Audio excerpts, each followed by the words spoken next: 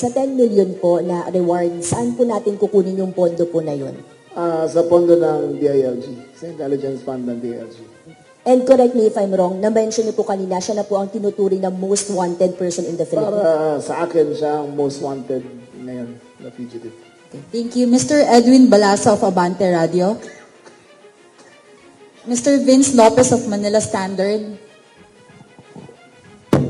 Ms. Kim Salina of A27. Ms. Leia Ilagan of UNTV. Good afternoon, Sec. Sir, itinuturing ba nating isang malaking challenge ang paghuli kay Atong Ang sa dami ng pera niya, sa mga assets niya? Ang aking pagkaalam, saka sa kataas-taasan ng pag-abot ng isabong, nung at the peak of isabong, kumikita sila ng 1 billion pesos a day. At nanaig yan ng mga 3 taon.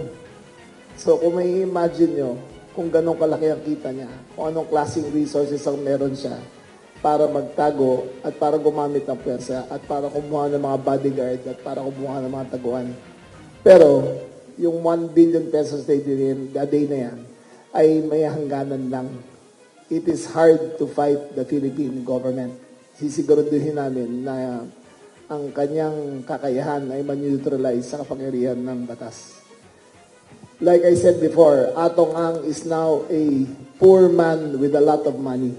Napakarami niyang salapi, pero napakahirap ng tao na yan. Sir, sa BI po, sir, na-monitor ba natin kung nasa bansa pa si Mr. Atong Ang? Sa pag-check po namin, wala naman po siyang recent na departure sa aming record. So, dapat nandito po siya. Mr. Chino Gaston of GMA7.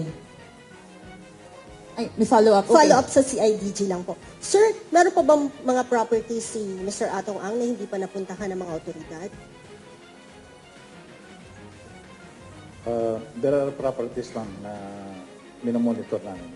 Some are under his name, some are not. Actually, mahaba po kasi ang ng panahon ng paghahanda ni Mr. Atong Ang. That's why there are certain properties na nakagamit siya po ng dami. But we're continually monitoring.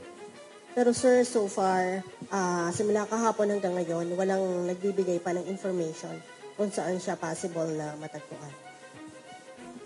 There are information, ma'am, coming from informants namin on the ground.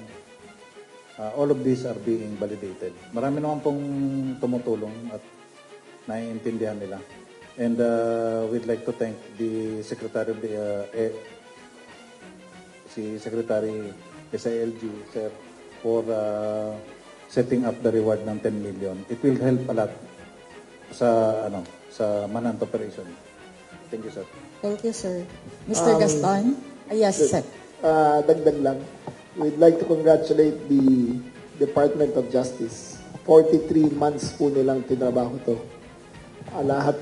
Sa lahat ng pera at sa lahat ng kakayahan ni Atong Ang, wala po siyang nabiling mga investigator, wala siyang nabiling mga piskal, wala siyang nabiling mga huwis. Lahat po yan ay tumupad sa kanilang katungkulan at wala pong nagawa ang mga bilyon-bilyon niyang pera para maiba ang hustisya. Justice will come to Atong Ang. Justice for the 100 missing Sabongeros. Justice for all his illegal acts. Hello, sir.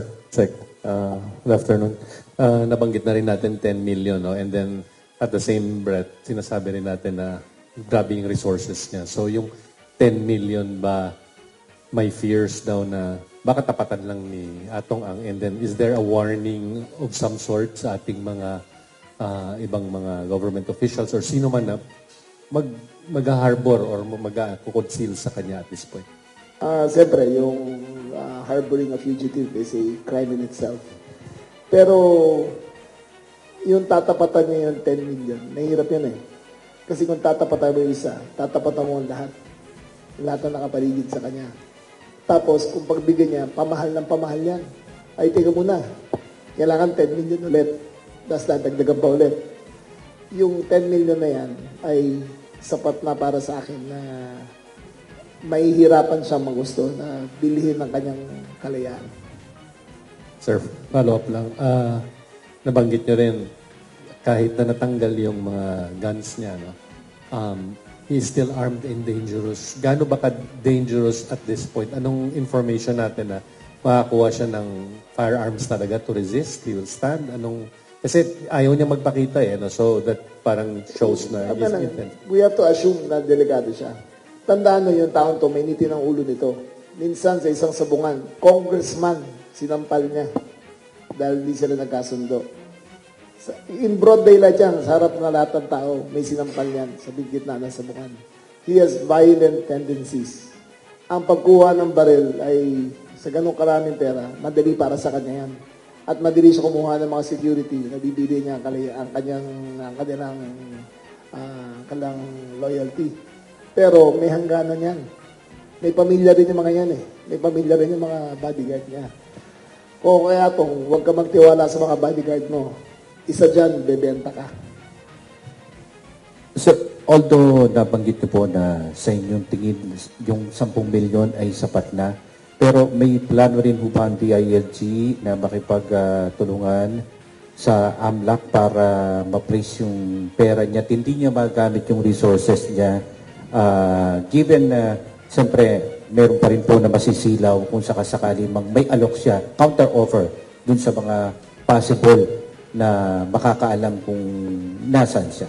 Ang AMLAC ay under the jurisdiction ng DOJ. Sila nagpo-prosecute ng kaso eh. So sila ang gagawa ng hakbang para dyan. So sigurado ko ngayon pa lang na-umpisahan yan. Na mag-freeze na yung mga accounts niya.